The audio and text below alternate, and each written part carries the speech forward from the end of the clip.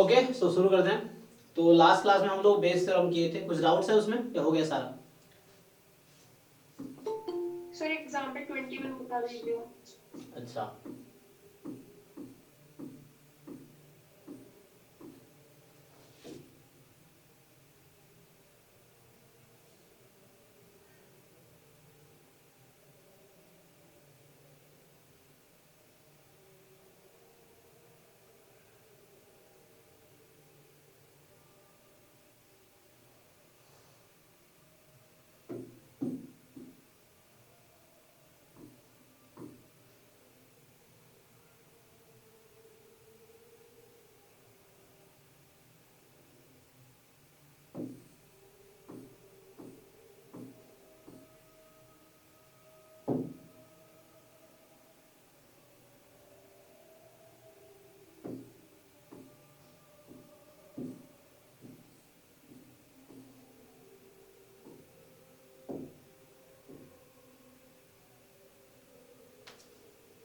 आप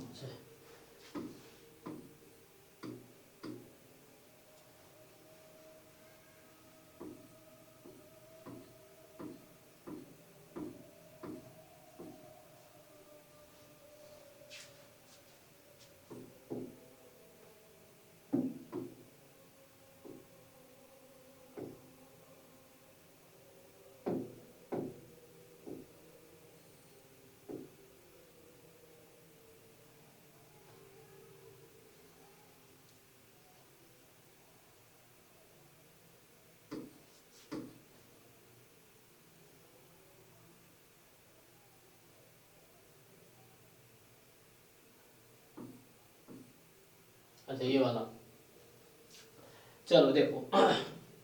so Bayes theorem आप लोगों ने ऑब्वियसली कर दिए थे सारे एग्जांपल सारे एक्सरसाइज, क्योंकि इस तरह क्वेश्चन एग्जाम में मिलेंगे। तो अभी मैं कोशिश करता हूँ आज ही एनसीईआरटी खत्म कर दूँ, तो नेक्स्ट क्लास में आप डाउट पूछ के खत्म करके फिर हम एग्जाम स्टार्ट करें। सो आज कोशिश करते हैं। देखो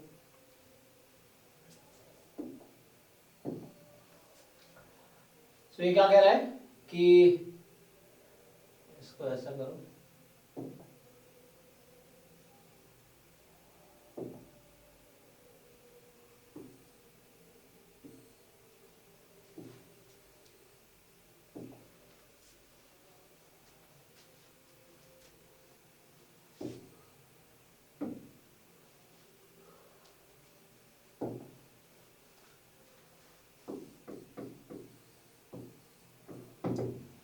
क्या बोल रहा है, man known to speak truth 3 out of 4 time. मतलब कोई आदमी है जो 4 बार में 3 बार सच बोलता है, ठीक है, तो 1 बार झूठ बोलता है।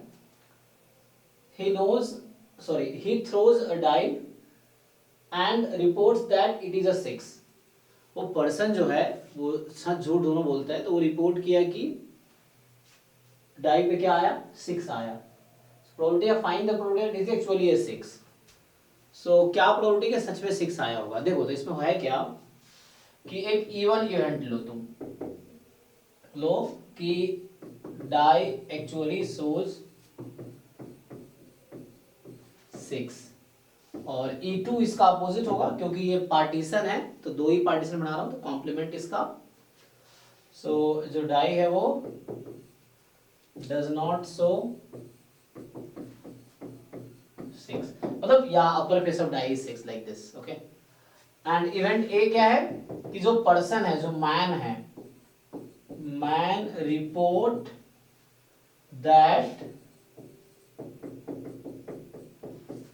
इट इज अ 6, ठीक। चलो सो कोई बताओ प्रोबेबिलिटी क्या पूछा जा रहा है, अब बताओ। ये मैंने नोटेशन लिख दिए जो हमने यूज किए थे आसपास पे मुझे। सर सर ये क्वेश्चन ऐसे तो हो जाता है, हाँ। लेकिन सर मैंने ऐसे लेट किया था कि ए तो माना था इट इज अ 6, हम्म। और E1 की वो लाई बोल रहा है और E2 वो ट्रुथ बोल रहा है। ऐसे नहीं कर सकते क्या? अच्छा मतलब आप ये बोल रहे हो कि E1 नो में ट्रूथ और E2 फॉल्स है ना, यस सर। तो उसमें क्या निकालोगे फिर आप? सर ए इवेंट लिया है, इट इज एक्चुअली अ 6। ए आपने लिया it is a 6। Yes sir. अच्छा तो ऐसा क्यों लोग, एक्चुअली ए में किसको अज्यूम करते हैं हम लोग? बेस सर थ्योरम जो में हमें गिवन होता है, जो गिवन होता है जो गिवन होता है वो आपको गिवन थोड़ी है। एक्चुअली या 6 तो डिफाइन आपको पूछा गया है। गिवन गिवन जो है वो लेते हैं हम 6 ना, तो उसने गिवन क्या था कि man throws a die and man report it is a 6। सो मुझे गिवन है कि man report it is a 6, मुझे प्रोबेबिलिटी पूछी गई, तो बेस्ट में यही होता है कि जो पूछी गई है वो E1 या E2 में से कोई एक होगा। ठीक सर है ना? मैंने ए लिया है, इट इज अ 6, तो अगर हम प्रोबेबिलिटी ऑफ E2 गिवन है निकालेंगे तो ये प्रोबेबिलिटी निकलेगी कि वो 6 है, वो इस बात को वो सच बोल रहा है, तो वही तो बात हुई। नहीं, वही बात नहीं। अगर आप ए लिखते हैं सिर्फ इट इज अ 6, मतलब आप ये कह रहे हैं कि 6 ही आया है डाई पे, ऐसा गिवन है। ऐसा कहाँ गिवन है 6 ही आया है डाई पे? अगर आप ये लाइन नहीं लिखो, यहाँ दो सिचुएशन है, एक तो डाई की रियलिटी अलग है और एक मैन का आंसर अलग है। अगर आप लोग सिर्फ इट इज अ 6, तो इसका क्या मतलब हुआ कि आप कह रहे हो डाई पे 6 आया है, बट डाई पे 6 नहीं आया ना, इसने थोड़ी कहा कि डाई पे 6 आया है। वो तो फाइंड करना है आपको कि डाई पे 6 आया है। तो अगर आप वो लेते हो इट इज अ 6, तो आपको पीए निकालना पड़ेगा। सो पीए टोटल प्रोबेबिलिटी हो जाएगी। टोटल प्रोबेबिलिटी जब निकालोगे तो probability of E1 into A given E1, but आपको फिर ये नहीं पता होगा कि 6 आया तो वो सच बोल रहा है कि झूठ बोल रहा है, कैसे पता चलेगा आपको? क्योंकि आपने E1 इनटू कुछ और दिया है, ई ट्रूथ फॉल्स ले रहे हो आप ना। Yes sir. नहीं, तो आपको समझना पड़ेगा क्वेश्चन में किस तरह से फ्रेम करना है। मतलब ये जो E1 E2 और A है, ये इवेंट्स हैं तीनों, तो किस तरह से फ्रेम करना आपको ये समझना पड़ेगा। तो फ्रेम करने का तरीका ये है कि जो आपसे पूछा जा रहा है उसको आप E1 लो, उसका कॉम्प्लीमेंट E2 लो, जो गिवन है वो A लो, फिर उससे हो जाएगा। इसमें फिर इससे नहीं होगा क्योंकि A तो प्रोबेबिलिटी मुझे गिवन है, तो इसकी प्रोबेबिलिटी निकालने की क्या जरूरत है? निकाल सकते हो, इट्स फाइन, बट उससे क्या आएगा? क्योंकि वो जो पूछा वो तो नहीं आएगा।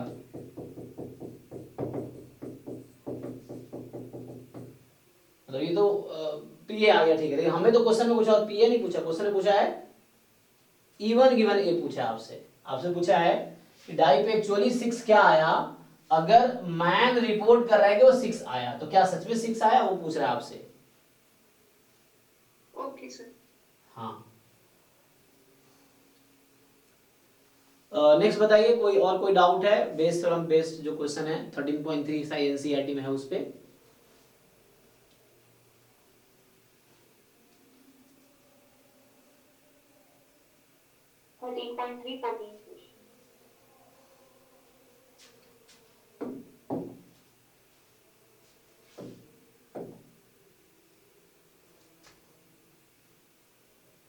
एक मिनट।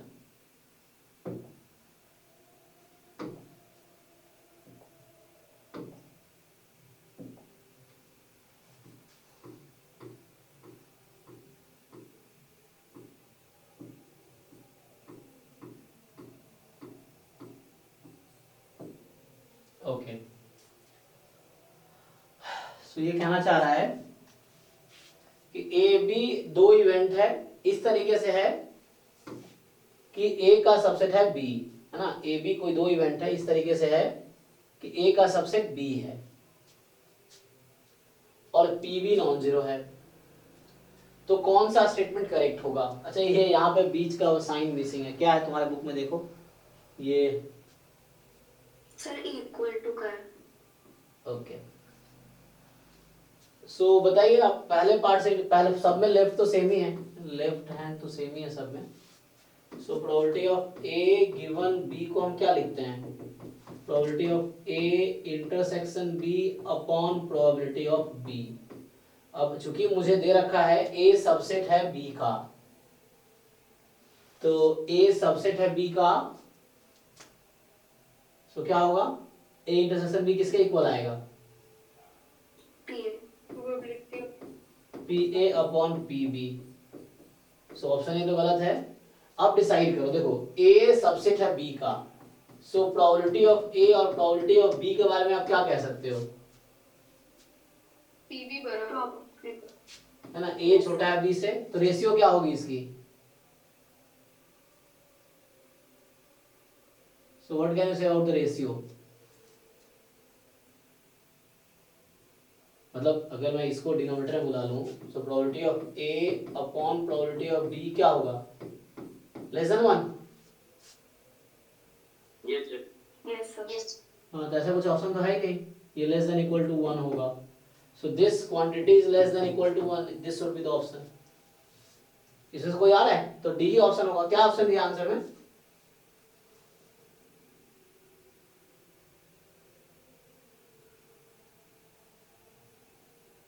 ऐसे कंपेयर इसको भी कर सकते थे हम लोग, किया नहीं हमने ना, इसको चेक करते हैं। बी और सर सी ही थे मैंने। अच्छा एक मिनट, तो हमने इसको चेक ही नहीं किया ना, एक मिनट। तो हमें क्या करना है, हमें ये कंपेयर करना है कि पीए से कम है या पीए से ज्यादा है। अच्छा, तो probability of A given B है ना, सो यहां से आ जाएगा प्रोबेबिलिटी ऑफ, ये आया था ए अपॉन प्रोबेबिलिटी ऑफ बी। हाँ मैंने वो तो डिसाइड किया, बट मैं वो ढूंढ रहा हूँ यहाँ पे, ये नहीं है इसलिए आउट कर दिया, बट मैंने ये चेक नहीं किया कि ये और ये में क्या रिलेशन है ना, मैं बस ये ढूंढ रहा हूँ। तो हमें तो ये देखना है कि इनके बीच क्या रिलेशन है। ओके, सो अगर यहाँ पे पी ए है, ठीक, सो बताओ। अच्छा okay okay, I got it. सो मुझे अब कंपेयर करना है, वो ठीक है जो हमने निकाला होगी, that is also fine. Probability less than equal to 1 तो होगा ही ना, तो ऐसे ही मुझे पता है कि प्रोबेबिलिटी हमेशा लेस देन इक्वल टू 1 होती है, सो वो तो कोई दिक्कत नहीं है। बट मतलब ये कोई मतलब ऐसा कोई आंसर एग्जैक्ट आंसर वो नहीं दे रहा है, तो जनरल आंसर मुझे पता है प्रोबेबिलिटी लेस देन 1 होगी। तो हमें पीए के साथ कंपेयर करना है, तो कंपेयर करना है, जरा समझो। ये पीबी की वैल्यू क्या होती है, 0 और 1 के बीच में होगी ना, है ना? Yes sir. अब देखो ये दोनों, हमें इसको कंपेयर करना है, एक्चुअली मुझे ना इसको कंपेयर करना था। तो सिंपल ये देखना है, ये सिर्फ पीए के डिनोमिनेटर में 1 है, मतलब यहाँ पे डिनोमिनेटर 1 है, यहाँ पे डिनोमिनेटर 1 है। दिस क्वांटिटी इज, एक है पीए अपॉन पीबी और एक है पीए अपॉन 1। अब आप खुद डिसाइड करो, तो न्यूमरेटर सेम ही है तो डिनोमिनेटर को कंपेयर कर लो, तो पीबी और 1 में कौन सा ज्यादा है? समझ रहे ना आप क्या बोल रहा हूं? पीबी में डिनोमिनेटर को कंपेयर कर, न्यूमरेटर तो इक्वल ही है ना, दो फ्रैक्शन को कंपेयर करना है, तो इसका डिनोमिनेटर 1 है, इसका डिनोमिनेटर प्रोबेबिलिटी ऑफ बी है। सो कैसे आप इनइक्वालिटी डिसाइड करोगे अब, क्योंकि मुझे कंपेयर करना था।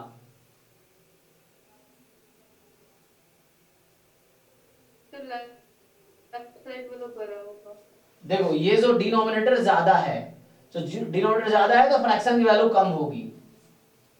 जब डिनोमिनेटर ज्यादा है, क्योंकि पीवी की वैल्यू लेस देन 1 होगी, ये 1 है, तो डिनोमिनेटर ज्यादा है तो फ्रैक्शन की वैल्यू कम। ये बिल्कुल वैसे ही हो गया जैसे मान लो कहीं लिखा हुआ है 3/2 और 3/1 या 3/2, सॉरी 3/0.2, ऐसा बोल दो 3/0.2 3/1, तो मतलब यहाँ भी तुम 0.3 ले लो अगर तुम्हें वैसे डाउट हो रहा हो तो। अब न्यूमरेटर से है ना, तो 0.2 और 1, तो 0.2 कम है तो फ्रैक्शन की वैल्यू ज्यादा होगी, क्योंकि डिनोमिनेटर में उल्टा चलता है ना रूल। सो ये समझ आया ना, ये इतना ही था एक्चुअली, हमें कंपेयर करना था। पहले तो मैं डिसाइड किया कि मोर देन लेस देन 1, वो तो कुछ कैलकुलेट आंसर नहीं दिया, बट फिर ऑप्शन, हाँ ए बाय बी जो है लेस देन 1 है, हाँ टोटल पार्ट, तो ये तो उससे माने कि बड़ा होना चाहिए, तो छोटा किधर, माने कि बी तो बीबी इज नॉट इक्वल टू 0 लिया है, तो ये तो नहीं दिया है कि 2 इक्वल टू 1 नहीं हो सकता, प्रोबेबिलिटी तो लेस देन इक्वल टू 1 दोनों ही हो सकते हैं। तो ये हमें ये कैसे पता कि पीबी जो है लेस देन 1?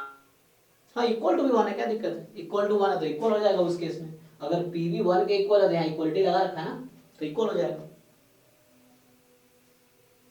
अगर आपने तो प्रूव किया कि पी ए बाय बी है लेस देन इक्वल टू 1 है टोटल पार्ट, जब ये total part less than equal to 1 है, तो ये पीए उससे तो छोटा, माने कि पीए तो उससे बड़ा होना चाहिए, क्योंकि ये टोटल पार्ट तो लेस देन 1 है। पीए बड़ा होना चाहिए, बड़ा क्यों होना चाहिए?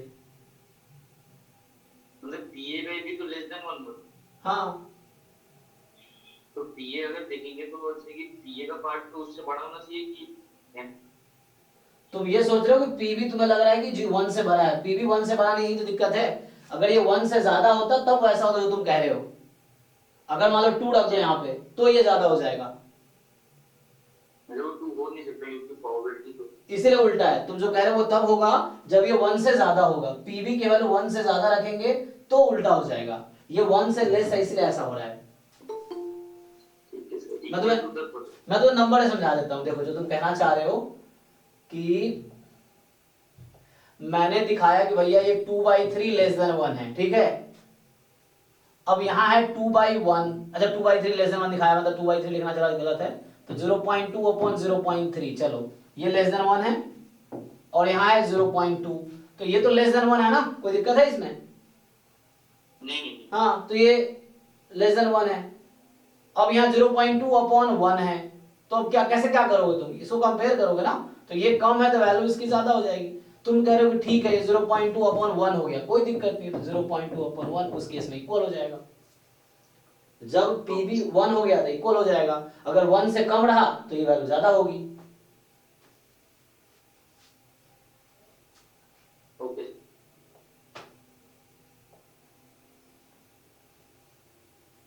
ठीक, आगे बताओ।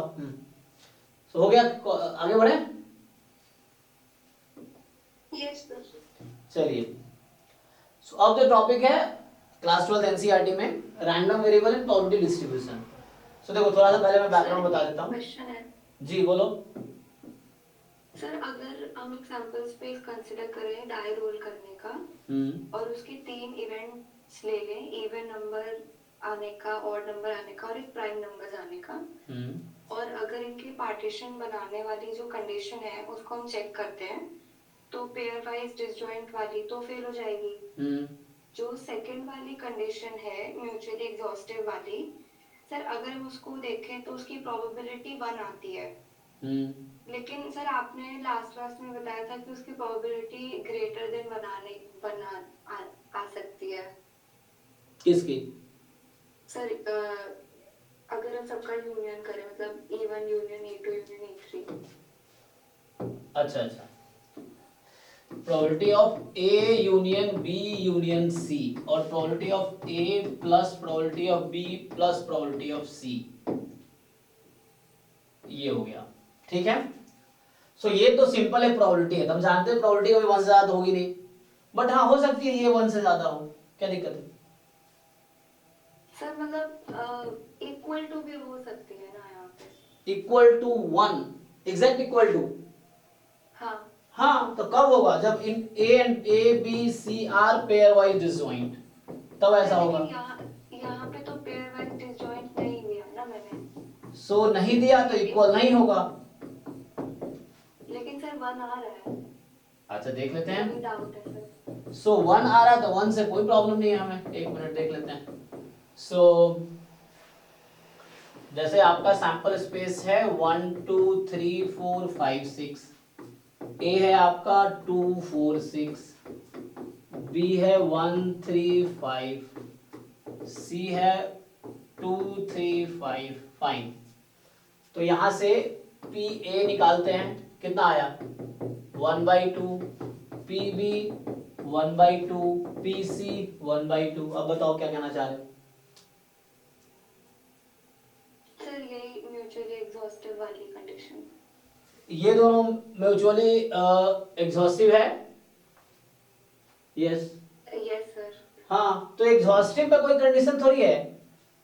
नहीं मतलब E1 union E2 union E3 sample space के बराबर आएगा, तो प्रोबेबिलिटी भी 1 आनी चाहिए दोनों साइड में।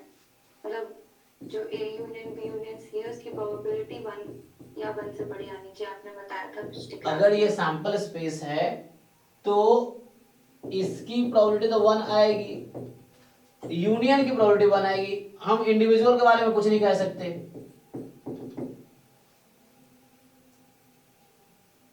देखो वो तब होगा जब दो कंडीशन थे ना, आप सिर्फ एक ही कंडीशन देख रहे हो। एक था पेयर वाइज डिसजॉइंट और दूसरा था म्यूचुअली एग्जॉस्टिव। हालांकि तीसरी कंडीशन भी थी, probability should be more then 1, more than 0, strictly more than 0। ये 3 कंडीशन थी। तो आपने जो एग्जांपल दिए हैं ये दोनों क्या है? पेयर वाइज डिसजॉइंट है,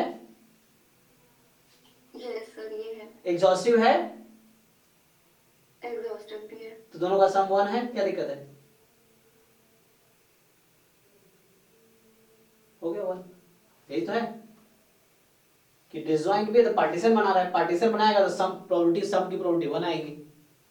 तो है, ठीक तो है। मतलब सही कह रहे हो, कोई बात नहीं। कि दोनों के सम की प्रोबेबिलिटी 1 आएगी, हाफ प्लस हाफ 1 हो गई। तो ये पार्टीशन बना रहा है, इनफैक्ट ये दोनों पार्टीशन बना रहा है सैंपल स्पेस का, दोनों पेयर वाइज डिसजॉइंट है, यूनियन सैंपल स्पेस है, दोनों का सम 1 है। तो बताओ और कोई डाउट इसके रिलेटेड है? सर ऑल इन ऑल अगर मतलब ये पेयर वाइज डिसजॉइंट हो भी जाता है तो A union B union C की प्रोबेबिलिटी 1 आ सकती है। सी को क्यों ले रहे हो आप? सर क्योंकि सबका यूनियन लेना होता है ना सारे इवेंट्स का। तो उसमें पेयर वाइज डिसजॉइंट भी होने चाहिए। उसमें बनेगा ही नहीं उसमें पार्टीशन में। पार्टीशन ए बी सिर्फ पार्टीशन बना रहा है, ए बी सी पार्टीशन नहीं बना रहा है। सी is not the part of partition. Partition बनाने के लिए जो भी है ईच वन, अब तुम बताओ बी और सी पेयर वाइज डिसजॉइंट है क्या? No sir. तो पार्टीशन नहीं बनाएगा, तो why will we include C? C will not be the part of partition. Partitions बनाने के लिए पेयर वाइज डिसजॉइंट होने चाहिए, किसी भी दो में कुछ भी कॉमन नहीं होने चाहिए।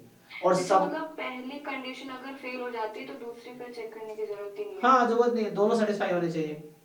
Okay sir.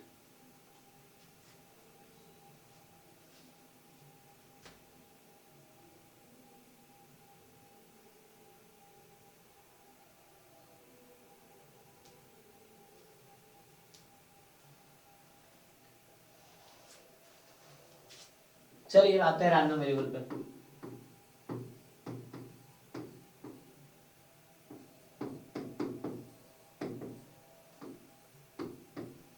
So random variable जो है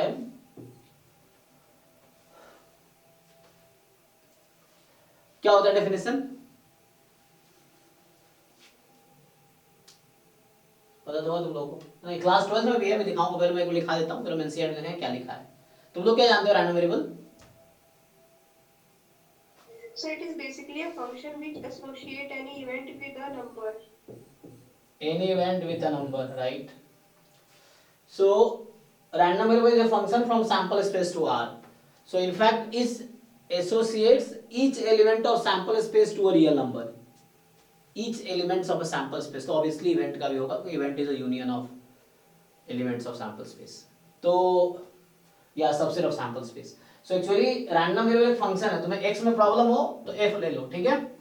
सो इस तरीके से मतलब जैसे फंक्शन जस्ट, तो स्टैंडर्ड नोटेशन कैपिटल X है रैंडम वेरिएबल का।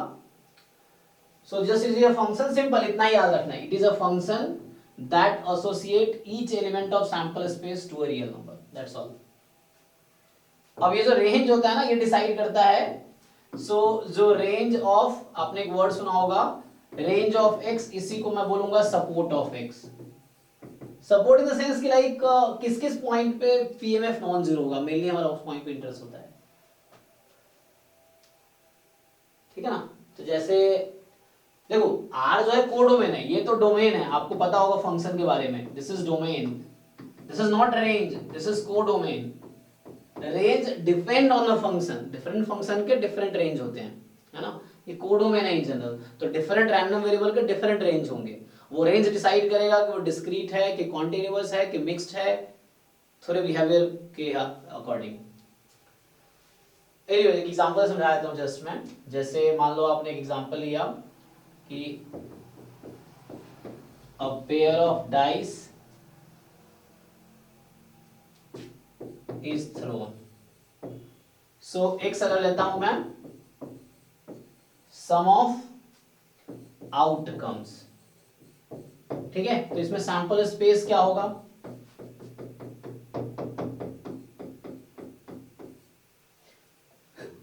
वन 36 आउटकम्स हैं। अब बताओ, जैसे देखो एक फंक्शन है, again this is a function that will associate each element of sample space to a real number. तो फॉर एग्जांपल जैसे हम लिखते हैं ना f ऑफ x, तो उसी तरीके से अब लिखेंगे x ऑफ 1 1, कितना आएगा? 2। So similarly you can write जैसे x of 1 2, this is 3. So similarly you can write function last 6 that is 12. तो each element का आउटकम, फिर हम देखते हैं कि जो x की पॉसिबल वैल्यूज क्या आई है, तो सपोर्ट बोलते हैं, या रेंज इस केस में क्या है कि what is the range of x here, 2 से 12 तक है ना? हाँ, तो हम बोलते हैं कि पॉसिबल वैल्यूज क्या है x की, या सपोर्ट क्या है x का, these are the possible values of x, this range of x। और ये मैं दिखाया तुम्हें, तो मतलब ये तो आपको पता ही है, this basics. So random is just a function from sample space to R। सो ये हर आउटकम को किसी न किसी रियल नंबर पे मैप करेगा। तो लोग पूछते हैं कि रैंडम वेरिएबल क्यों जरूरी है। एक्चुअली क्या करता है रैंडम वेरिएबल, एक टाइप के आउटकम को एक साथ ले आता है। फॉर एग्जांपल जैसे आप देखिए, मैं अगर आपसे पूछ लूं what is probability that some is 3, मान लो। सो मैंने रैंडम वेरिएबल को सम लिखा था ना, तो सम इज 3। तो ये एक इवेंट है, don't forget this is just an event. ये एक इवेंट है। क्या मतलब है इसका, इसका मतलब ये लिखता हूं देखो। तो x3 का मतलब आउटकम 1 2 और 2 1 आएगा। तो ये जो है ये इसके इक्विवेलेंट है। ऑब्वियसली आपको पता होगा कि x बराबर 3 इसके, this is just an event, ये एक इवेंट ही है। बट ये क्या किया, जो सिमिलर टाइप के आउटकम्स है उसको एक साथ कर दिया। एक साथ कर दिया ना, कि सम अगर 4 बोलूं तो ऐसे 3 आउटकम आएंगे जो एक साथ आ जाएंगे। सो रैंडम वेरिएबल क्या करता है, जो सिमिलर आउटकम्स हैं उसको एक साथ ले आता है ना, कि ग्रुपिंग टाइप का है ना, कि x बराबर 3 बहुत सारे आउटकम होंगे जहां x की वैल्यू 3 होगी सैंपल स्पेस में। तो सैंपल स्पेस का यूज समझ लो कि पार्टीशन कर देता है, एक तरीके से भी बोल सकते हो कि डिफरेंट तुम्हें है ना वो करेगा डिफरेंट। जैसे x बराबर 2 का सेट लिखूं मैं, तो हमारे पास इसमें सिर्फ एक आउटकम आएगा 1 1। x बराबर 3 का मैं सेट लिखूं तो इसमें आएगा 1 2 2 1। x बराबर 4 का आउटकम लिखूं मैं, सो ये फिर ऐसे 1 3 3 1 2 2 इस तरीके से चलता रहेगा लास्ट में ऐसे ही। सो ये सब क्या हो रहा है, ये सब का यूनियन लो, सैंपल स्पेस आ जाएगा। तो एक पार्टीशन क्रिएट कर दिया इस तरह समझ लो। Okay, so anyway this is just event. तो ये ग्रुपिंग कर दिया। प्रोबेबिलिटी निकालना है तो बाद में आप निकाल सकते हो इसकी प्रोबेबिलिटी की। लाइक कितने आउटकम है, 2 आउटकम है out of 36।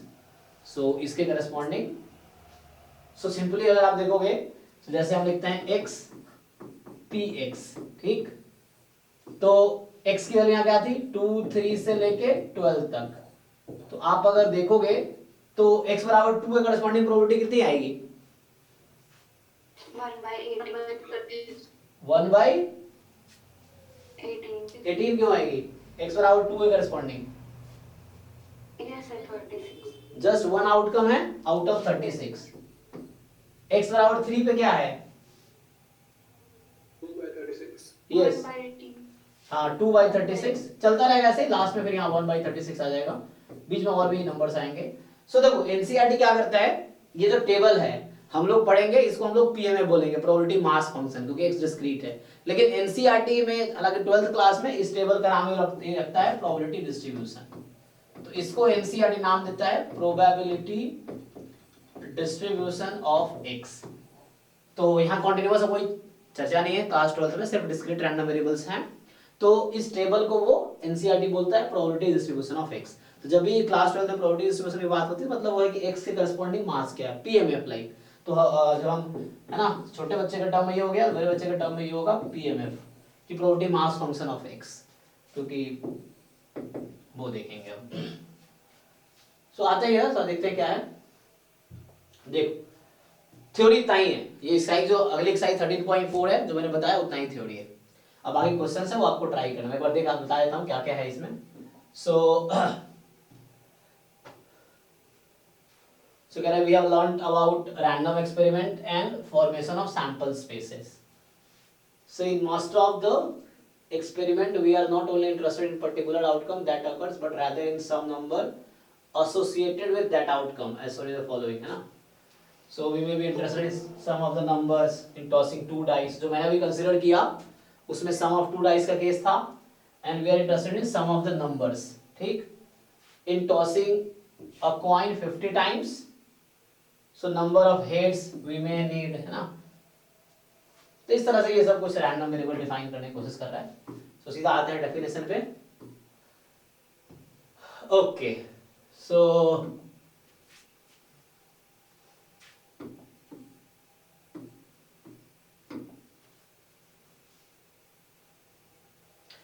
We have a rule मतलब एक फंक्शन, ठीक है, which assigns to each outcome of the experiment to a single real number, ठीक है। सो एक रूल है जो हर आउटकम जो है सैंपल स्पेस का उसको एक रियल नंबर से मैप करता है, ठीक है। So this single real number may vary with a different outcome of the experiment, hence it is a variable. Variable in the sense कि लाइक वैल्यू फंक्शन, हालांकि वेरिएबल बोलना उतना ठीक नहीं, वेरिएबल इसलिए कहना चाहिए इन द सेंस कि डिफरेंट आउटकम के करस्पॉन्डिंग डिफरेंट आंसर्स आएगा, तो ये आउटकम के अकॉर्डिंग वैरी करेगा, इसलिए वेरिएबल बोल रहा है। और कह रहा है कि also it is a value depends upon the outcome of the random experiment, hence it is called random variable. अच्छा, so random variable is denoted by x। Random variable को हम यूजुअली कैपिटल x से denote करते हैं। ये formal definition यहां लिख रहा है।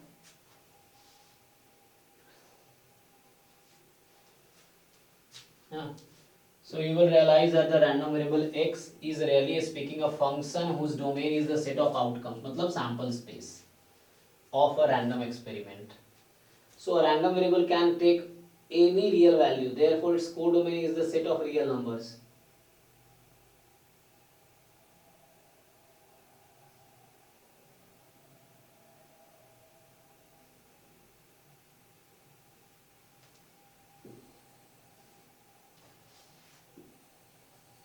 Hence, देखो डेफिनेशन सीधा, a random variable is a real valued function, real valued function मतलब ये बोलना चाह रहा है कि कोडोमेन रियल नंबर है ना, जब कहीं लिखा होता है रियल वैल्यूड फंक्शन मतलब जो वैल्यूज है उसके रियल नंबर्स आएंगे, तो रेंज कोडोमेन रियल नंबर है, रेंज नहीं codomain.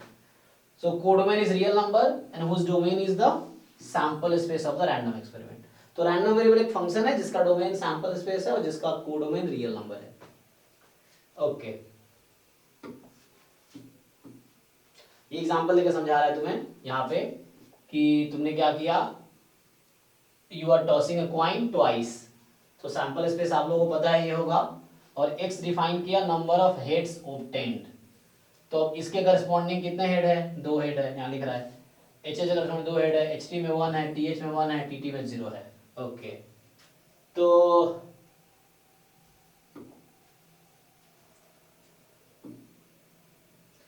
so more than one random variable can be defined on the sample space over sample space है ना, मतलब सही, अब वैसे ही है, अब नया रैंडम वेरिएबल डिफाइन किया कि y denote number of heads minus number of tails, तुम ये काउंट कर सकते हो ना कि उस तरह से डिफरेंस ले लेंगे। फॉर एग्जांपल एच एच में क्या कह रहा है कि 2 हेड माइनस 0 टेल, तो 2 हो गया, इसमें 1 हेड 1 टेल 0 हो गया, like this. Okay, so you know just क्या करते हैं, सैंपल स्पेस के करस्पॉन्डिंग जो उसके हर आउटकम में करस्पॉन्डिंग एक नंबर मिलेगा, तो वो रैंडम वेरिएबल है। अब ये एग्जांपल है, आप देखना ऐसे बहुत हल्का सा इजी सा लगेगा आपको, बहुत इजी सा होगा। अब आता है प्रोबेबिलिटी डिस्ट्रीब्यूशन, ठीक। सो ये है probability distribution of random variable. Okay, so probability distribution of random variable.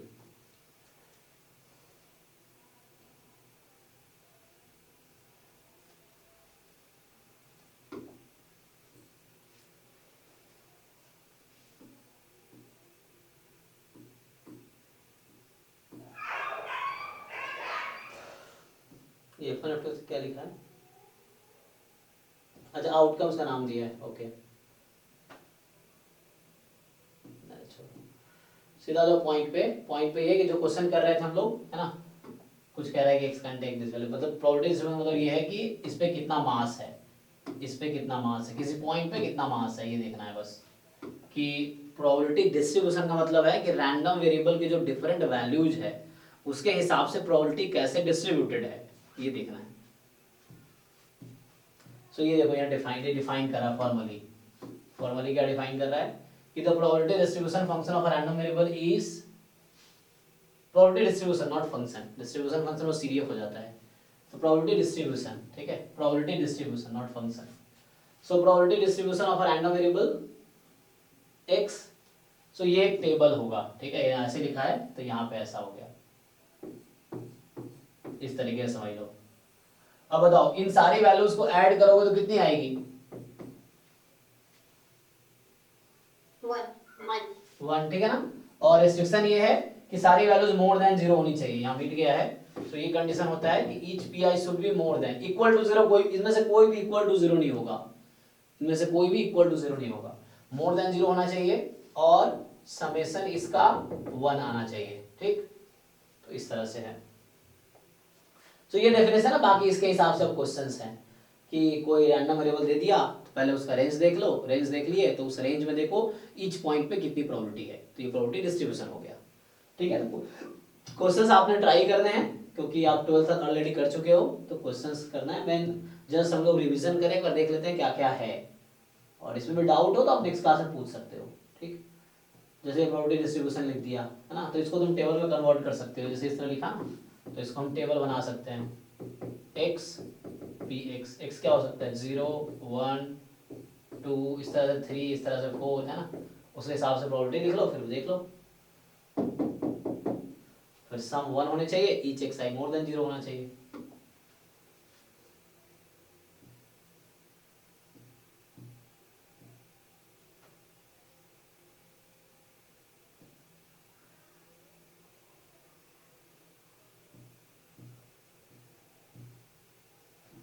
अच्छा यहाँ मीन भी है, okay. So mean of random variable, तो अभी आपने देखा x क्या है, ओमेगा टू r एक फंक्शन है, प्रोबेबिलिटी डिस्ट्रीब्यूशन क्या है, एक टेबल है x और px वाला।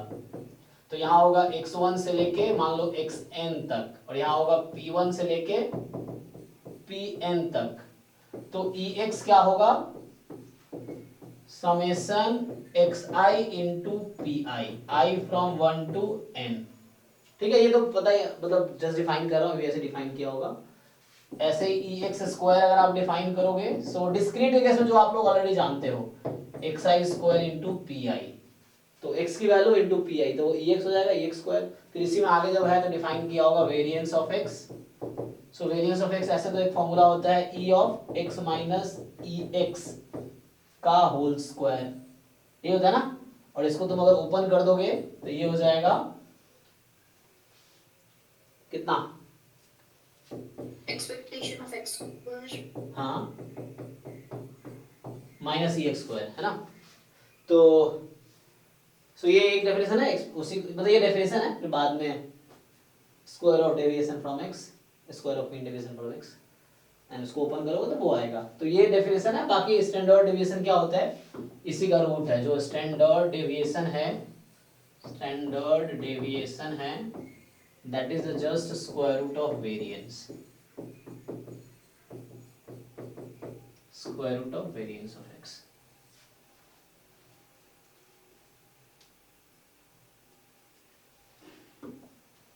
ओके,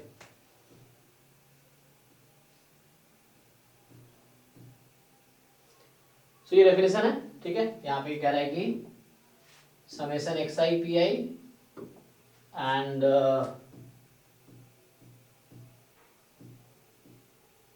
मतलब बाकी यही है, आगे यही होगा कि डिफरेंट क्वेश्चंस हैं, वेरिएंस बता ही दिया क्या होगा। सो x ये y की वैल्यू, फिर पी वाई इसकी प्रोबेबिलिटी, मीन निकालना है y है ना, value Y I into P I, Y I into P I, फिर ई जो भी निकालना है, ई वाई स्क्वायर वैसे ही, फिर वेरिएंस वैसे ही आ जाएगा। सो आप ये चेक करो, अगर कोई डाउट हो तो बताना, है ना। ये डेफिनेशन लिखा वेरिएंस का, expectation of x minus mu का whole square, variance expectation of x minus mu का होल स्क्वायर, और वेरिएंस का रूट लेंगे तो स्टैंडर्ड डेविएशन आएगा।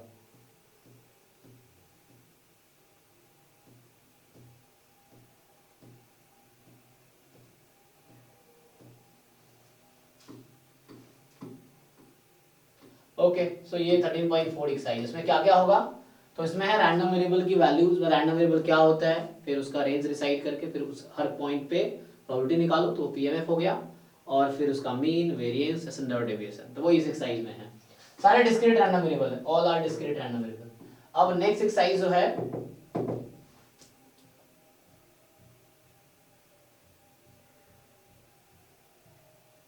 ठीक है, सो नेक्स्ट टॉपिक जो है इसमें वो है, अब ये एक्सरसाइज खत्म हो गया यहाँ पे। सो जो लास्ट एक्सरसाइज है एनसीईआरटी का, क्लास 12 एनसीईआरटी का जो लास्ट एक्सरसाइज है वो है आपका Bernoulli trials and binomial distribution, ठीक है। सो ये बर्नौली ट्रायल इंपॉर्टेंट इसीलिए है क्योंकि मैं लास्ट टाइम भी बताया शायद कि बर्नौली ट्रायल रिक्वायरमेंट है इन geometric distribution, negative binomial distribution, binomial distribution and in Bernoulli distribution also. ये ट्रायल अलग होता है और डिस्ट्रीब्यूशन अलग है, ठीक है ना। सो ट्रायल्स में क्या है कि कोई एक्सपेरिमेंट तुम रिपीटेडली अगर कर रहे हो,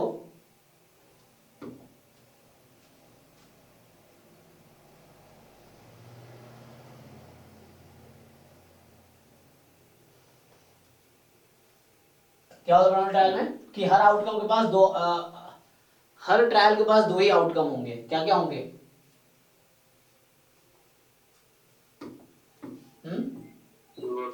सक्सेस या फेलियर, हाँ, ट्रू या फॉल्स, ठीक है। सो trial of random experiment are called Bernoulli trial if they satisfy the following conditions. पहला है कि there should be finite number of trials. अच्छा, तो ट्रायल्स बर्नौली ट्रायल में ट्रायल्स नंबर फाइनाइट, से बाइनोमियल में होता है नंबर ऑफ ट्रायल्स n है, सो द ट्रायल्स फाइनाइट होने चाहिए। तो चलो नंबर ऑफ ट्रायल की बात कर लिया, फाइनाइट होनी चाहिए। मेन ये है trial should be independent and each trial has exactly to outcomes, success और failure, and probability of success remains same in each trial. तो ये पता क्या बोलना चाह रहा है, तुमने एक वर्ड सुना होगा आइडेंटिकली डिस्ट्रीब्यूटेड, आइडेंटिकली डिस्ट्रीब्यूटेड, और इन दोनों को मिला दोगे तो इसी को हम IID बोलते हैं ना, ये वर्ड आप लोग जानते होंगे, इंडिपेंडेंट एंड आइडेंटिकली डिस्ट्रीब्यूटेड। तो ट्रायल्स, सॉरी इसके साथ नहीं मिलाना, इसके साथ मिलाना है, ठीक है। सो independent and identically distributed. Identically distributed क्या होता है कि हर ट्रायल पे सक्सेस की प्रोबेबिलिटी सेम है, सो दे आर आइडेंटिकली डिस्ट्रीब्यूटेड, ठीक है ना। आइडेंटिकल मतलब हर ट्रायल पे सक्सेस की प्रोबेबिलिटी है, ऑब्वियसली फिर फेलियर की प्रोबेबिलिटी भी सेम ही होगी। तो सक्सेस की प्रोबेबिलिटी सेम है और फेलियर की प्रोबेबिलिटी भी सेम होगी।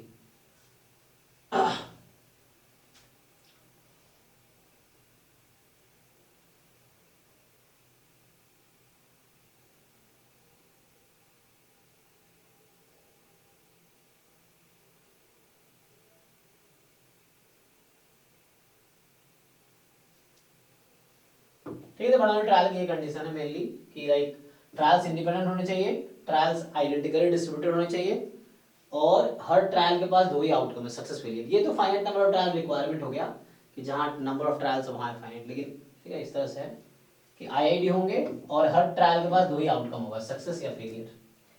सो ये बाइनोमियल में जरूरत पड़ता है इसका ना, ज्योमेट्री में जरूरत पड़ता है। PQ तुम देखते हो, ये कहता है ना probability of success remain same in each trial, इसको तो स्मॉल p बोलते हैं बाइनोमियल में, है ना। ओके, तो बर्नौली ट्रायल हो गया। अब आगे क्या है, जैसे मान लो तुम्हारे जैसे कहीं जैसे कॉइन वाला केस है, फर्स्ट कॉइन को टॉस किया, probability of getting head half है, उसी कॉइन को दोबारा टॉस करो तब भी हाफ रहेगा। तो जो कॉइन्स है, जो रेपिडेटली टॉस होते हैं या डाइस वाले, हमेशा इंडिपेंडेंट होते हैं और आइडेंटिकली डिस्ट्रीब्यूटेड भी होते हैं। जो कॉइन्स है डिफरेंट कॉइन्स का ना ट्रायल्स है। लेकिन जैसे कहीं पे है तुम बॉल ड्रॉ कर रहे हो, वहां क्या विथ रिप्लेसमेंट है, तो बताओ अगर विथ रिप्लेसमेंट होगा तो हर बार किसी पर्टिकुलर बॉल के निकलने की प्रोबेबिलिटी सेम रहेगी, डिफरेंट रहेगी? विथ रिप्लेसमेंट सेम रहेगी ना, और विदाउट रिप्लेसमेंट होगी तो एक कम होता रहेगा सर। हाँ, तो प्रोबेबिलिटी चेंज होती है। फॉर एग्जांपल मान लो एक बॉक्स है जिसमें 4 रेड है 4 ब्लैक है, तो फर्स्ट ब्लैक आने की 4/8, अगर विथ रिप्लेसमेंट है नेक्स्ट टाइम रेड आने की 4/8 ही है, थर्ड टाइम भी रेड आने का 4/8 ही है। रेड की बात करो, first red, second red, third red, अगर विथ रिप्लेसमेंट है तो हर बार सक्सेस की प्रोबेबिलिटी सेम है। अगर विदाउट रिप्लेसमेंट है तो क्या होगा? सो अगर विदाउट रिप्लेसमेंट होगा इन दैट केस कि हर बार प्रोबेबिलिटी अलग, मतलब 4 रेड 4 ब्लैक बोला था, फर्स्ट रेड की प्रोबेबिलिटी 4/8 विदाउट रिप्लेसमेंट है। सेकंड रेड, अगर फर्स्ट रेड था तो सेकंड रेड की प्रोबेबिलिटी 3/7 हो जाएगी। अगर सेकंड भी रेड है, थर्ड रेड की प्रोबेबिलिटी 2/6 हो जाएगी। सो सक्सेस प्रोबेबिलिटी चेंज कर रही थी। इस केस में ये ट्रायल्स आइडेंटिकली डिस्ट्रीब्यूटेड नहीं है, ठीक है। तो उस केस में देखना तुम, जो भी बाइनोमियल क्वेश्चन होगा विदाउट रिप्लेसमेंट कभी नहीं आएगा, विथ रिप्लेसमेंट ही होगा अगर बॉल्स वाले केसेस होंगे तो। जैसे यही देख लो, तो ये तो चलो ऐसे बता रहा तुम्हें, है ना, ये चीज पूछना जा रहा है रिप्लेस विद नॉट रिप्लेस, कौन सा बर्नौली ट्रायल बनाएगा? तो विदाउट रिप्लेसमेंट नहीं बनाएगा क्योंकि सक्सेस प्रोबेबिलिटी चेंज होती रहेगी। ओके, अब आते हैं सीधा बाइनोमियल डिस्ट्रीब्यूशन पे। तो जो बाइनोमियल डिस्ट्रीब्यूशन है, हालांकि इसके बारे में पढ़ेंगे डिटेल में हम, लेकिन अभी देख लेते हैं क्या कहना चाह रहा है। कि यहाँ पे क्या होता है कि ट्रायल फिक्स रहता है, नंबर ऑफ ट्रायल फिक्स रहता है, और वैरी क्या करता है, यहाँ पे वैरी क्या करता है बाइनोमियल में? मतलब रैंडम वेरिएबल क्या होता है बाइनोमियल में? एक्स का मीनिंग क्या है? समझे नहीं? इंटरप्रिटेशन क्या होता है एक्स का? Number of success. हाँ, वही बोल रहा हूँ, नंबर ऑफ सक्सेस। तो कहने का मतलब नंबर ऑफ सक्सेस यहाँ रैंडम है, किसमें? बाइनोमियल में, और नंबर ऑफ ट्रायल फिक्स है। तुम देखो नेगेटिव बाइनोमियल में, नेगेटिव में उल्टा होता है, वहां नंबर ऑफ सक्सेस फिक्स है, तुम्हें याद होगा आर नंबर ऑफ सक्सेस आता है, RH सक्सेस की प्रोबेबिलिटी निकालते हो, और वहां ट्रायल जो है, नंबर ऑफ ट्रायल क्या है तुम्हारा? रैंडम वेरिएबल है। बाइनोमियल नेगेटिव में ये डिफरेंस है ना, कि बाइनोमियल में नंबर ऑफ ट्रायल फिक्स है n, और सक्सेस वैरी कर रहा है, और जबकि नेगेटिव बाइनोमियल में सक्सेस फिक्स कर रखा है आर है और नंबर ऑफ ट्रायल्स वैरी कर रहे हैं वहां पे नेगेटिव बाइनोमियल में। तो सो अभी हम बाइनोमियल में सिंपल क्या है कि इसमें क्या होता है, there are n trials, so there are n Bernoulli trials. Bernoulli trials इसलिए बोला गया है कि each trials are independent and identically distributed and probability of success same ही रहेगा हर बार क्योंकि वो है, और each trial has only to outcome, success और फेलियर। तो probability of success in each trial is small p, probability of failure in each trial q, ठीक है। ये नोटेशंस यूज करते हैं हम लोग। और x जो होता है वो होता है नंबर ऑफ सक्सेस, है ना, number of success in n trials, जो n ट्रायल था उसमें। सो आप देख सकते हैं सिंपल, x की पॉसिबल वैल्यूज क्या क्या होंगी, n ट्रायल है तो कितने सक्सेस मिल सकते हैं, 1 up to n। 0 से ना, यस सर। क्योंकि हो सकता है एक बार भी सक्सेस ना मिले। तो ये रेंज है जो रैंडम वेरिएबल का सपोर्ट बोलते हैं, रेंज बोलते हैं, वो 0 से n है। और आप ये भी जानते हैं कि अलग सा प्रूफ भी है, प्रूफ नहीं लिख रहा हूँ, डायरेक्टली बता दे रहा हूँ। So x is equal to x, तो क्या आता है इसका distribution, NCx p to the power x 2 to the power n minus x। Yes, so q की पावर n माइनस x। और pq में रिलेशन आप लोग जानते हैं, p प्लस q इज 1, ठीक, p plus q is 1। So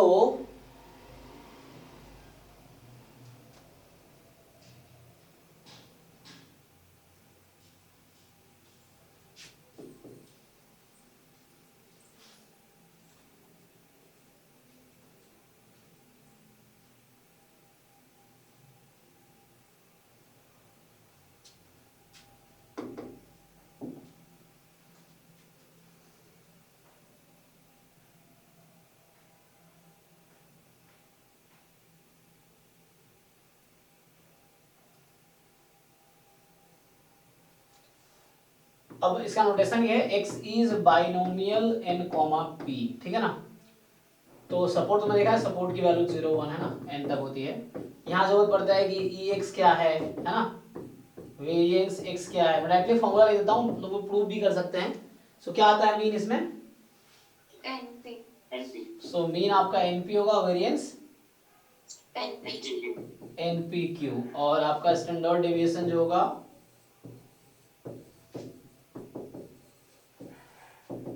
root under npq, इस तरीके से होगा।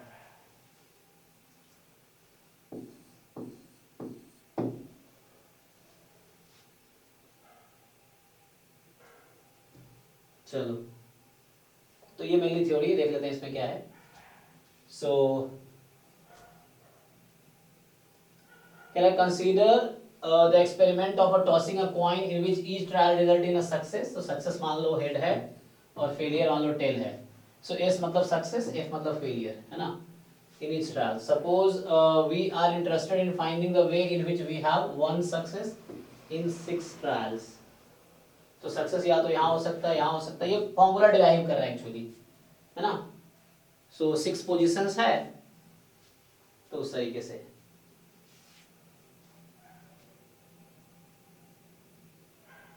तो क्या कर रहा है ये एक मतलब ये काउंट कर रहा है कितने हैं, तो टोटल 6 फैक्टोरियल अपॉन कितने होगा, 1 फैक्टोरियल, 5 फैक्टोरियल इनटू 1 फैक्टोरियल, यही ना। मतलब ये निकाला है 6 चूज 1, एक सक्सेस आना ना, मतलब 6 में से एक सक्सेस आया। कितने डिफरेंट वे हो सकते हैं, 6C1, ये जो लिख रखा है क्या है 6C2, है ना। इसने कहा कि लाइक 2 सक्सेस एंड 4 फेलियर्स, तो 6 में से 2 फेलियर, 6C2 इस तरह से लिख रहा है। तो मतलब ये प्रूफ करने की कोशिश कर रहा है फॉर्मूला, तो वो तुम पढ़ सकते हो घर पे एक एक line, so you will get. तो यहाँ प्रूफ करा x बराबर 0, नो सक्सेस, एक बार भी सक्सेस नहीं आया, तो 3 बार ट्रायल किया, तीनों बार फेलियर आ गया, q की पावर 3 हो गया इस तरीके से। सो ऐसा हो गया। सो एट द एंड ये बताना चाह रहा है कि जो बाइनोमियल डिस्ट्रीब्यूशंस का जो होता है q प्लस p की पावर n का एक्सपेंशन है, क्योंकि पहला टर्म 0 प्रॉपर्टी देगी, दूसरा टर्म 1 पे, इस तरीके से। लास्ट टर्म n तक। तुम अगर इसका एक्सपेंशन खोलोगे, बाइनोमियल एक्सपेंशन जो होता था, अगर तुम बाइनोमियल एक्सपेंशन इसका ओपन करोगे सो यू विल गेट, है ना, तुम्हें पता है फॉर्मूला इसका कि NC0 यहाँ हो जाएगा Q प्लस P है, सो Q की पावर n P की पावर 0, इस तरीके चलता रहेगा। सो ये प्रॉपर्टी जो है x बराबर 0 पे है। सिमिलरली मतलब बाइनोमियल डिस्ट्रीब्यूशन का PMF कैसे आया उसका प्रूफ यहाँ से तुम देख सकते हो, ये है। सो कहीं ना कहीं एक्सपेंशन है P प्लस Q की पावर n का, तो ये लिख रखा है फॉर्मूला। ये हो गया probability distribution of binomial random variable, ठीक है, कि ये 0 से n सपोर्ट है, उसमें प्रोबेबिलिटीज क्या होंगी। बाकी ये क्वेश्चन से आप ट्राई कर सकते हो, और अगर कुछ नहीं होगा तो इसमें मेनली क्या है, लास्ट एक्सरसाइज में बाइनोमियल डिस्ट्रीब्यूशन क्या है, तो उसमें वही डिफरेंट पॉइंट पे मास निकालने हैं आपको, फिर मीन वेरियंस स्टैंडर्ड डिवीजन होगा इसमें। तो ये थ्योरी खत्म हो जाता है यहाँ पे एनसीईआरटी का, और फिर ये एक्सरसाइज है, और इसके बाद आपके पास फिर मिसलेनियस ये जो है मिसलेनियस एग्जाम्पल और एक्सरसाइज है, ठीक। तो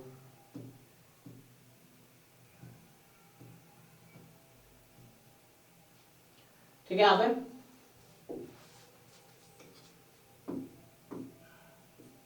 तो आपका काम ये है कि आपको नेक्स्ट क्लास तक 13.4 एक्सरसाइज, 13.5 और मिसलेनियस 3 एक्सरसाइज हो गए आपके पास। सो ये ट्राई करने हैं, इनमें कुछ क्वेश्चंस नहीं होंगे तो हम डिस्कस कर सकते हैं। तो यहाँ पे क्लास 12 का एनसीईआरटी खत्म हो जाएगा, एक क्लास और डाउट कराएगा, बाकी प्री रिक्वेस्ट लेक्चर खत्म हो गया, अब जैम के सिलेबस से कंटिन्यू करेंगे, ठीक है। तो कुछ पूछना है आप लोगों को?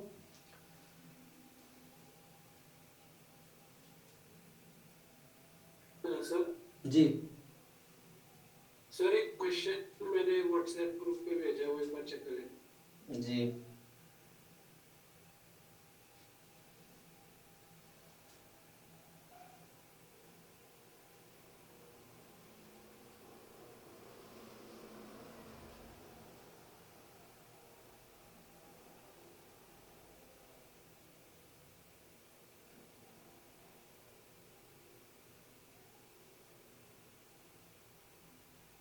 क्या पूछना है इसमें? क्वेश्चन सॉल्व करो। There are 2 bags, first bag contain 5 white 3 black and second bag contain 3 white 5 black. 2 balls are drawn at random from the first bag and are put into the second bag without noting their colors.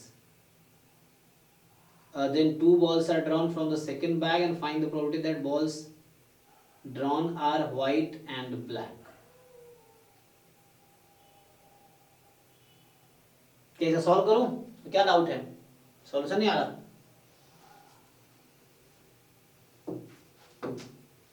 Yes sir.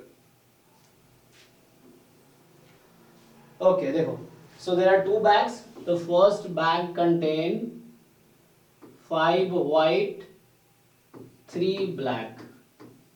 Second bag contain 3 white 5 black.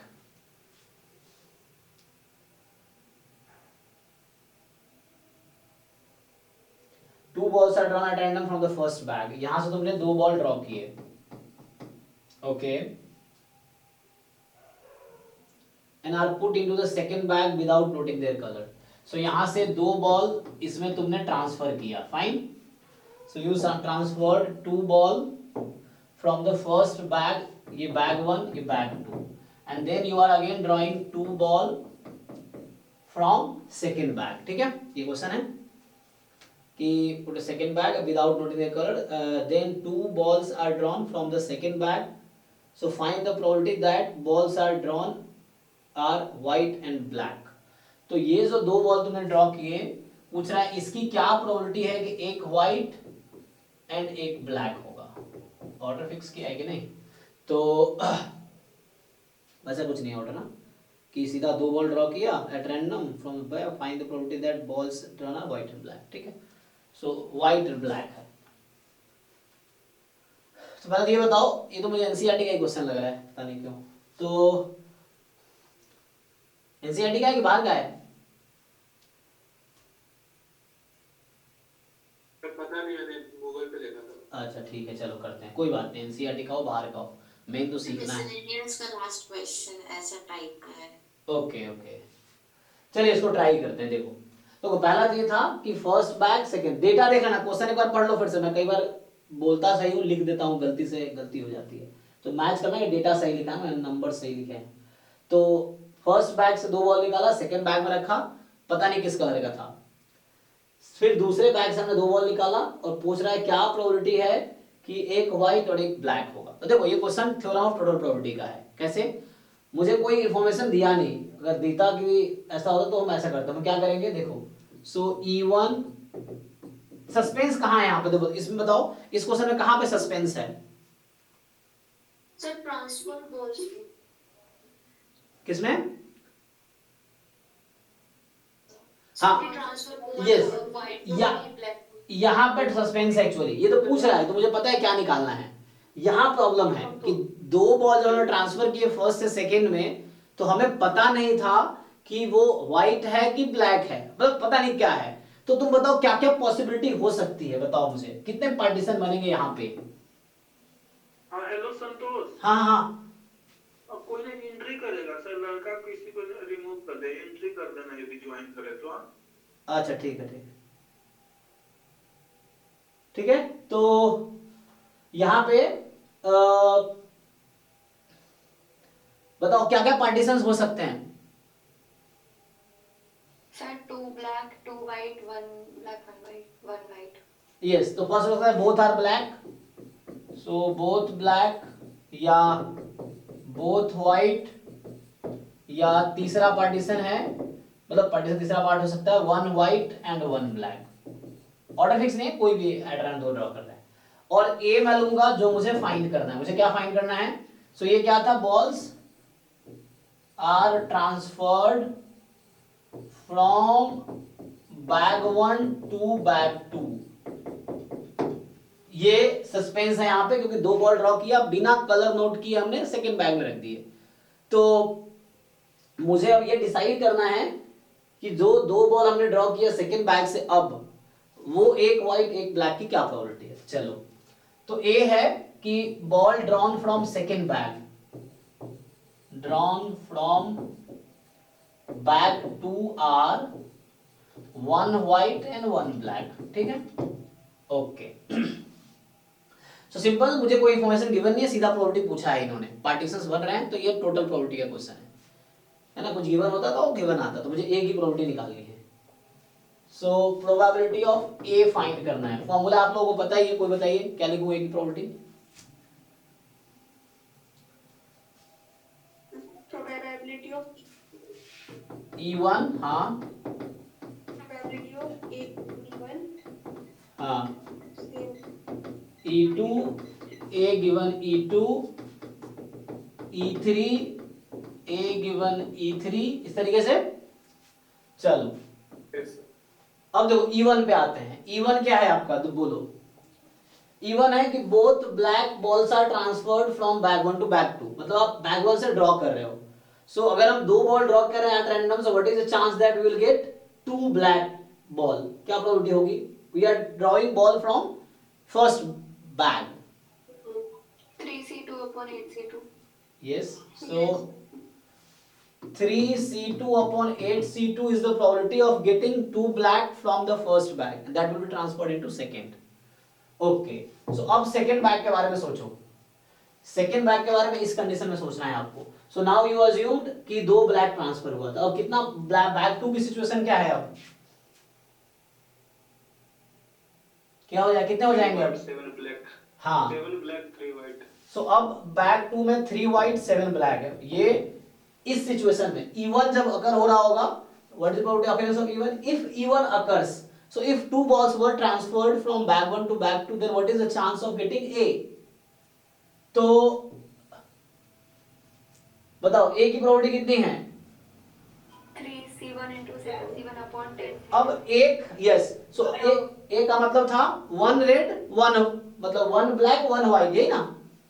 तो 3 में से 1 और 7 में से 1, total 10 में से 2, right. So 10C2, okay, plus now if E2 happens, So first, what is the chance of occurrence of E2? Both white. You draw one ball from first bag and both are white. 5C2 upon 8C2.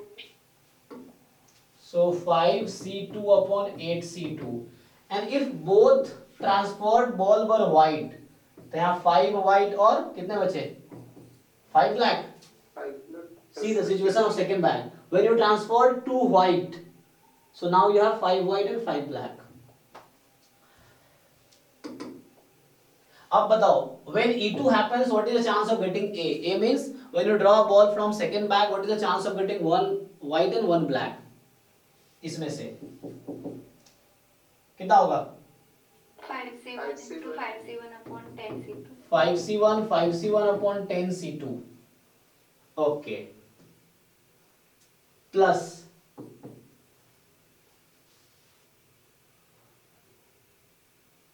ठीक, अब क्या होगा? 3C1 upon 8C2. अब E3 की probability चाहिए. E3 का मतलब when you draw 2 ball from the first bag, so one is white and one is black. हाँ बताओ क्या होता है? 5C1 into 3C1 upon 8C2. Yes. So 5C1 into 3C1 upon 8C2. So probability of occurrence of E3. If E3 happens, then what is the chance of being A? तो A means when you draw a ball from second. तो अब देखते हैं situation क्या है. तो अब क्या हो जाएगा? एक white एक black ऐड हुआ. 4 white and 6 black. 4 white 6 black. तो कितना हो गया ये? 4C1 into 6C1 upon 10C. हाँ, A का मतलब था A हमने बॉल ड्रॉ किया बैक टू से, एक white एक black निकलना चाहिए. So 4C1 6C1 upon 10C2. Solve कर लोगे इसको? Yes. बताओ क्या आएगा?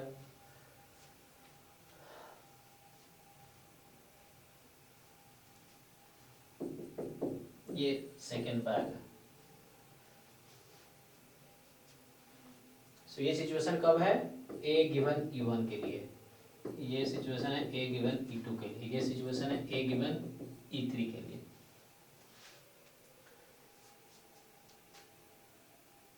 सर जी सर इसमें जो आपने प्रोबेबिलिटी ऑफ E1 निकाली है, हाँ, उसमें सर 3/8 into 2/7 क्यों नहीं आई प्रोबेबिलिटी?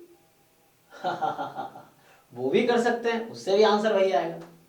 तो वो भी कर तो सर सकते हैं. ऐसे मतलब अलग अलग से निकाल सकते हैं, क्योंकि उसमें लिखा था 2 balls are drawn. हाँ, तो वहां इसने फिक्स नहीं किया ना ऑर्डर, तो तुम्हें दो केस लेने पड़ेंगे कि एक व्हाइट एक ब्लैक बोला. उसने नहीं बोला फर्स्ट व्हाइट सेकंड ब्लैक, उसने बोला वन व्हाइट वन ब्लैक. तो ऑर्डर फिक्स नहीं किया. तो तुम जो कह रहे हो वो भी कर सकते हैं. क्या बोल रहे हो बताओ? 3/8 into 2/7 जैसे प्रोबेबिलिटी ऑफ E1 जो थी. 3/8 into 2/7. ठीक है, आंसर सेम ही आएगा. इसको सॉल्व करो, इसको सॉल्व करो, सेम आंसर आएगा. चेक करो, ये दोनों सेम ही हैं. Okay sir. सर जी ये केस किस मतलब किस क्वेश्चंस में नहीं कर सकते हैं? हाँ हाँ, ये पता लगेगा? कब नहीं कर सकते. देखो कभी भी कर सकते हैं. प्रॉब्लम कहाँ आती है? ऑर्डर की. जैसे कहाँ दिक्कत आएगी मैं बताता हूँ दिक्कत कहाँ आएगी. यहाँ दिक्कत नहीं आएगी, यहाँ दिक्कत आएगी आपको. तो वो आपको समझना पड़ेगा. इसको ऐसे किया हमने, हम वैसे नहीं करते. इसने बोला वैसे करते हैं. देखो तो इसमें से मुझे बॉल निकालने हैं और क्या निकलना चाहिए? एक व्हाइट एक ब्लैक. ये निकलना चाहिए था ना. तो चलो पहला व्हाइट निकलने का क्या चांस है? और दूसरा ब्लैक निकलने का? 7/9. नहीं नहीं, ये एक्चुअली एट रैंडम है ना. Yes yes. तो 7/9. सो यहां आपने भी क्या किया? सी, अभी इसका आंसर और इसका आंसर सेम नहीं आएगा. You can check. अभी इसका आंसर सेम नहीं आएगा. Why? Because here you fix the order. आपने ऑर्डर यहां फिक्स कर रखा है, यहां ऑर्डर फिक्स नहीं था. तो you have to consider one more case. When you draw first white and then you draw second black. अब इसका आंसर और इसका आंसर सेम आएगा. Now you check. सो कभी भी ये लगाओ कभी भी ये लगाओ, कोई प्रॉब्लम नहीं है. वो बस तुम्हें समझ, तुम्हारा अंडरस्टैंडिंग क्लियर होना चाहिए. मैं उससे भी करता तो भी आंसर ऐसे ही आता. बट यहाँ जब एनसीआर जब ये फिक्स करते हैं वहां पे ना, तो वहां पे ऑर्डर फिक्स नहीं है ना, ऑर्डर इंपॉर्टेंट नहीं है। तो यहाँ जब आप अगर ऐसे लिखते हो सिर्फ, तो you fix the order, so you have to write the other case also कि आइदर दिस विल हैपन और दिस में फर्स्ट व्हाइट है सेकंड ब्लैक है, और maybe the first black second white. एक बार वेरीफाई करके देख लो, यस सर आ रहा है ना। हाँ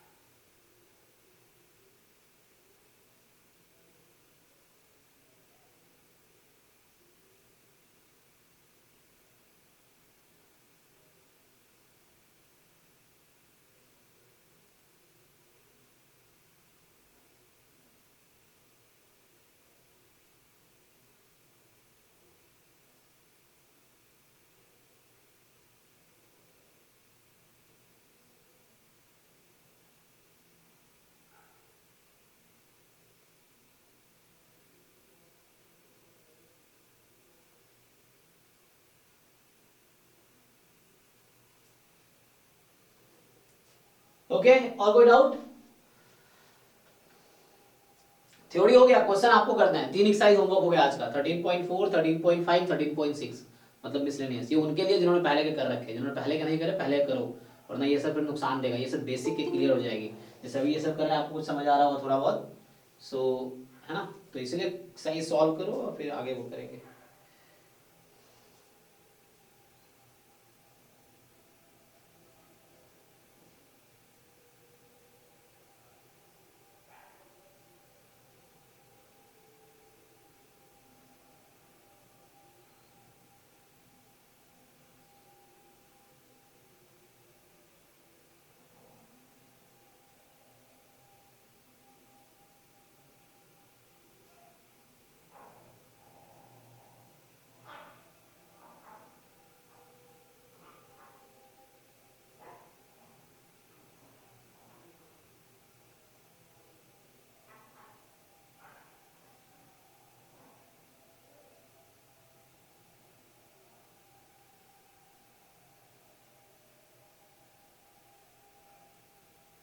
ठीक है, कोई डाउट नहीं है तो खत्म करूं यहीं पे आज।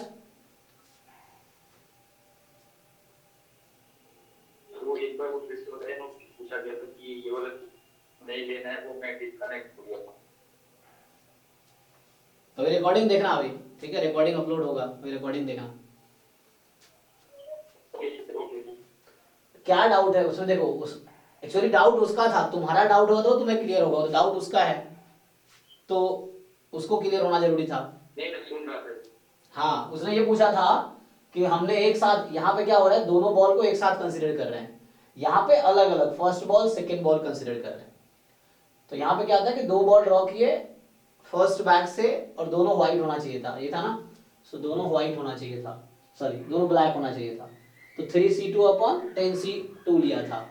बट इसको ऐसे भी तो कर सकते हैं, first white 3 upon 8c2, 3 upon 8, और सेकेंड व्हाइट का 2 अपॉन 7। एक्चुअली दोनों व्हाइट ही है, इसलिए यहाँ पे और केसेस जनरेट नहीं हुए, मतलब समझ रहे हो ना, सिचुएशन नहीं आ रही, क्योंकि दोनों व्हाइट ही है तो ऑर्डर तो फर्क पड़ नहीं रहा, दोनों व्हाइट है। बट यहाँ प्रॉब्लम क्या आता है, यहाँ क्या आता है, जब सेकेंड बैक से हम ड्रॉ कर रहे हैं एक व्हाइट एक ब्लैक, तो यहाँ लिया था मैंने 3c1 7c1 अपॉन 10c2, ये एक साथ कंसिडर कर रहे हैं एट अ टाइम। अब अलग अलग देखें तो फर्स्ट व्हाइट आने के चांस 3/10, सेकेंड ब्लैक आने के चांस 7/9, क्योंकि फर्स्ट वाज व्हाइट। यहाँ जो हो रहा है मल्टीप्लिकेशन रूल ऑफ प्रोबेबिलिटी, आपको याद है, probability of A intersection B बराबर P A into P be given ए, वो यूज हो रहा है यहाँ पे। तो अगर पहला व्हाइट आने की क्या प्रोबेबिलिटी है, 3/10। अगर फर्स्ट व्हाइट था then what is the chance of being second black, तो ब्लैक कितने 7/9, क्योंकि एक निकल चुका है व्हाइट, ये था। और ये तो और तुमने फिक्स कर दिया, तुमने ये कह दिया कि पहला व्हाइट दूसरा ब्लैक है, बट यहाँ तो एट रैंडम 2 ड्रॉ कर रहे हैं, एक व्हाइट एक ब्लैक होना चाहिए। इसने फिक्स नहीं किया कि फर्स्ट व्हाइट फर्स्ट ब्लैक, यहाँ था एक व्हाइट एक ब्लैक है, ऑर्डर फिक्स नहीं किया क्वेश्चन में, क्वेश्चन में देखो last line, so one white one black है, not first white second black. तो फिर यहाँ दूसरा सिचुएशन भी आता है कि भैया आपने फर्स्ट व्हाइट सेकंड ब्लैक लिया, सो दूसरा केस भी तो हो सकता है कि पहला ब्लैक दूसरा व्हाइट होता। तो yes, so this quantity will not be equal to this, मैंने कहा कि ये क्वांटिटी इसके इक्वल नहीं होगा। क्यों? क्योंकि तुमने यहाँ ऑर्डर फिक्स कर रखा है, यहाँ फिक्स नहीं कर रखा है, तो तुम्हें दूसरा केस भी लेना पड़ेगा। So either this will happen और may be happen first is black, so black is 7 out of 10, and if first was black then what is the chance of getting second white? तो 3/9, क्योंकि एक black आ चुका है, तो ये यहाँ पे यूज हुआ है, and this thing will be equal to this thing, ये पूरा इसके इक्वल आएगा। ठीक है? Yes, sir. चलो फिर और किसी को डाउट है तो पूछ सकते हो, अदरवाइज दैट्स ओके। ठीक है, फिर सॉल्व करो एनसीईआरटी के पूरे, खत्म करो एनसीईआरटी क्लास 12th वाला, और मिलते हैं नेक्स्ट क्लास में। ठीक है, okay, thank you, good night जी। हाँ बोलो भाई, अब कौन सा डाउट आ गया? मतलब तुम लोग बाय बाय गुड नाइट के बाद तुम्हारा डाउट आ जाता है तुम लोग है ना, ऐसे ग्रुप में ही कोई सॉल्व करके भेज देगा, क्या दिक्कत है? एनसीईआरटी का है ना?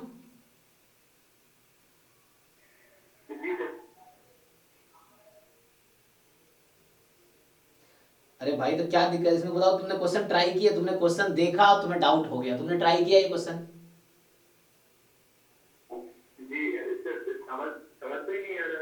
तो पहले ऊपर वाले जो क्वेश्चन कराए हैं ना मैंने, उसको समझो, क्वेश्चन को, उसके आंसर को समझो जो मैंने कराए हैं, और फिर उसी तरीके से ट्राई करो, और अगर ना हो तो नेक्स्ट क्लास में फिर पूछो। ठीक है? ये कौन सा एक्सरसाइज का क्वेश्चन है? ये मतलब किस एक्सरसाइज का क्वेश्चन पूछ रहा हूं तुमसे मैं? ये बेस टर्म वाला है, देखो मैं बोल रहा हूं ये 13.4 एक्सरसाइज का क्वेश्चन है, 13.3 का एनसीईआरटी। ओके ओके, देखो तो जब मैं डाउट पूछने को बोल रहा हूँ 1 घंटे से शुरू से ही, तब तुम्हें डाउट नहीं आया था? सो अ card from 52 card is lost. देखो ये बिल्कुल पिछले क्वेश्चन की तरह है, वहां टोटल प्रोबेबिलिटी निकाला है, यहाँ बेस थ्योरम है पिछले क्वेश्चन की तरह ही। सो एक पैक है, इस पैक में 52 कार्ड्स है,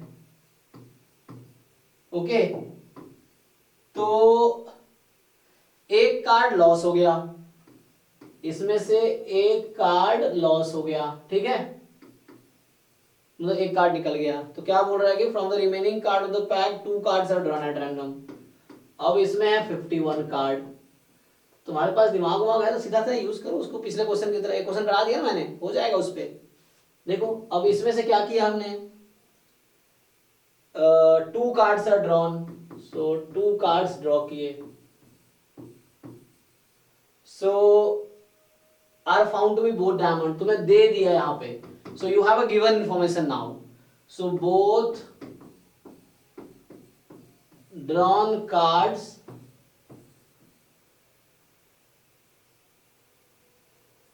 ठीक है, फ्रॉम रिमेनिंग, रिमेनिंग मतलब एक लॉस हो गया था तो उसका बात कर रहा है, एंड दीज आर डायमंड। सो पूछ रहा है find the probability of lost card being diamond. So E1 low, lost card is diamond, and E2 क्या लोगे बताओ? E2 क्या कंसिडर करें? बोलो E2 क्या लोगे? Not diamond, so lost card is not diamond. Try बढ़ाएंगे केसेस, तुम लिख सकते हो हार्ट, क्या क्या होता है डायमंड, स्पेड, क्लब, इस तरह से वो भी लिख सकते हो। सो नॉट डायमंड में काम चला लो। सो E2 हो गया। तुमसे क्वेश्चन में क्या पूछा गया है मैथमेटिकली?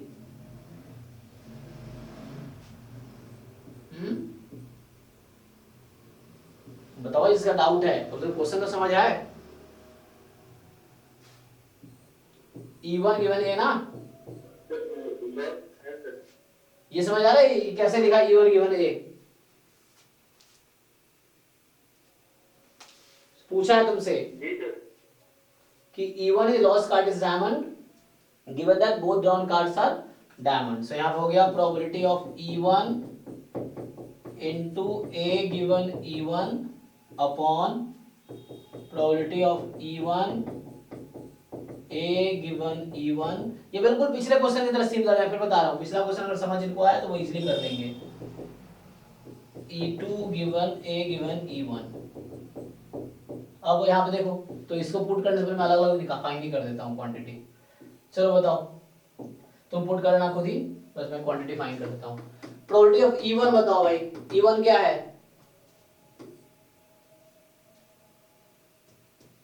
क्या लिखा है E1 का मतलब? 1/4. Lost card is diamond. Diamond कितने होते हैं? 13, 52, 1/4। E2 कितना होगा? डायमंड नहीं होना है तो 39/52, 3/4। एंड यहां से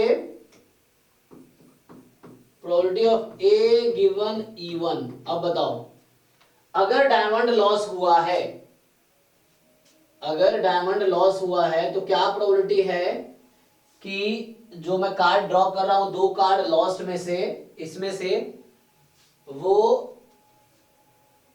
क्या होगा? डायमंड ही होगा दोनों। तो बताओ,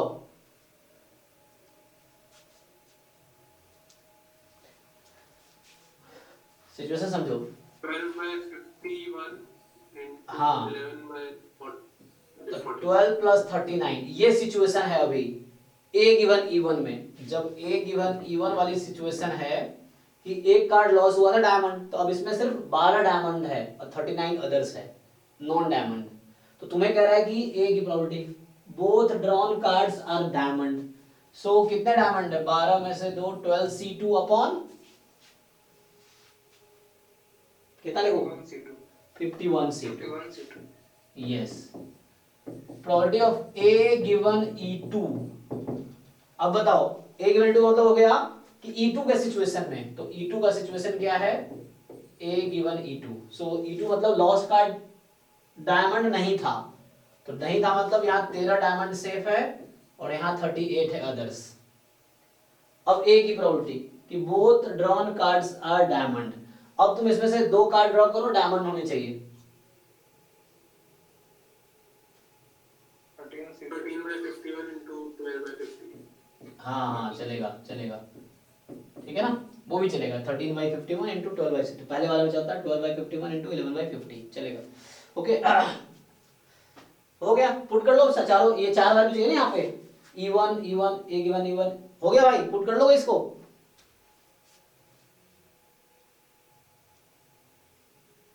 ये डाउट वाला बंदा खो गया, किसका डाउट था ये?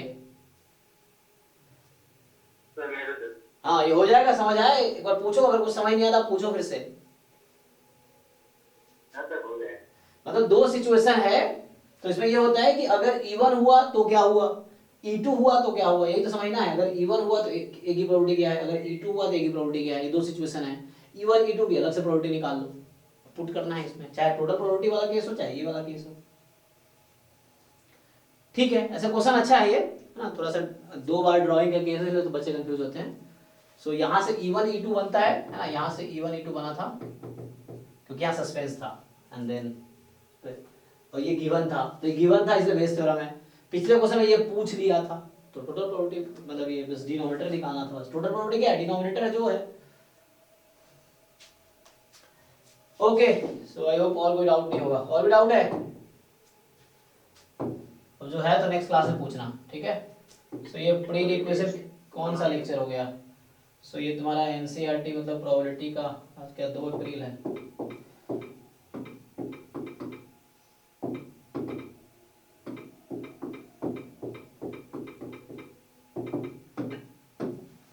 चलो ठीक है फिर, thank you and good night. अब कोई डाउट मत बोल लेना।